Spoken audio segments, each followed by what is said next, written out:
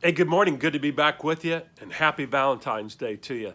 And with Valentine's Day in mind, I thought I'd share a couple of ideas about relationships that might be helpful to you.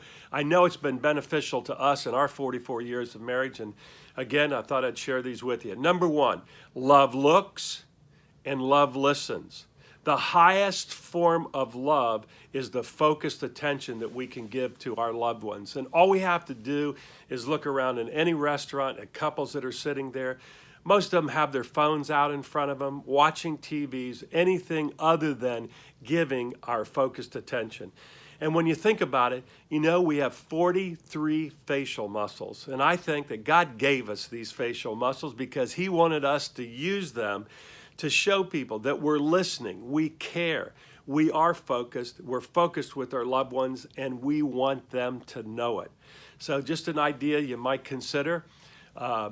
Number two is that I read this a long time ago, and it was the Gottmans that wrote the book, Seven Keys to a Successful Marriage. They're famous researchers, and they said this, is that whether you're in a good marriage or you're going through divorce, 69% of what we argue about or have conflict about is these perpetual conflict or perpetual arguments. They're things that aren't necessarily going to get resolved.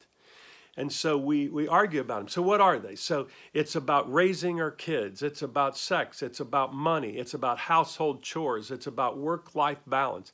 And oftentimes we're not going to completely agree. But the people that are able to successfully navigate those, stay in communication, stay in dialogue, these are the people that have the happier, more successful marriages. They don't allow it to fall into what they call gridlock. And when you get into gridlock, then the four horsemen of the apocalypse show up, and that's all about deep criticism and contempt and defensiveness and stonewalling. And I certainly could be accused of some of those stonewalling when I don't get my way, maybe pouting a little bit early on in marriage, and something that my wife has made known to me. So anyway, we don't want it to fall into gridlock.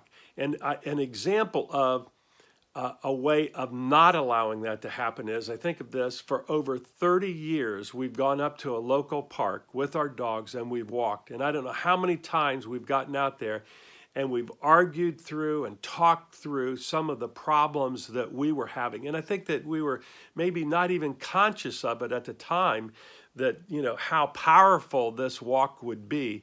But at the end of that walk, I'll say we didn't necessarily have all these problems resolved, but I was heard, Chris was heard, and we felt so much better about it. So just a couple of ideas that I hope might help you in your relationships. I wish you a happy Valentine's Day. Hope you had a great week. Have a good weekend. This is Pete Kunk, Built to Lead.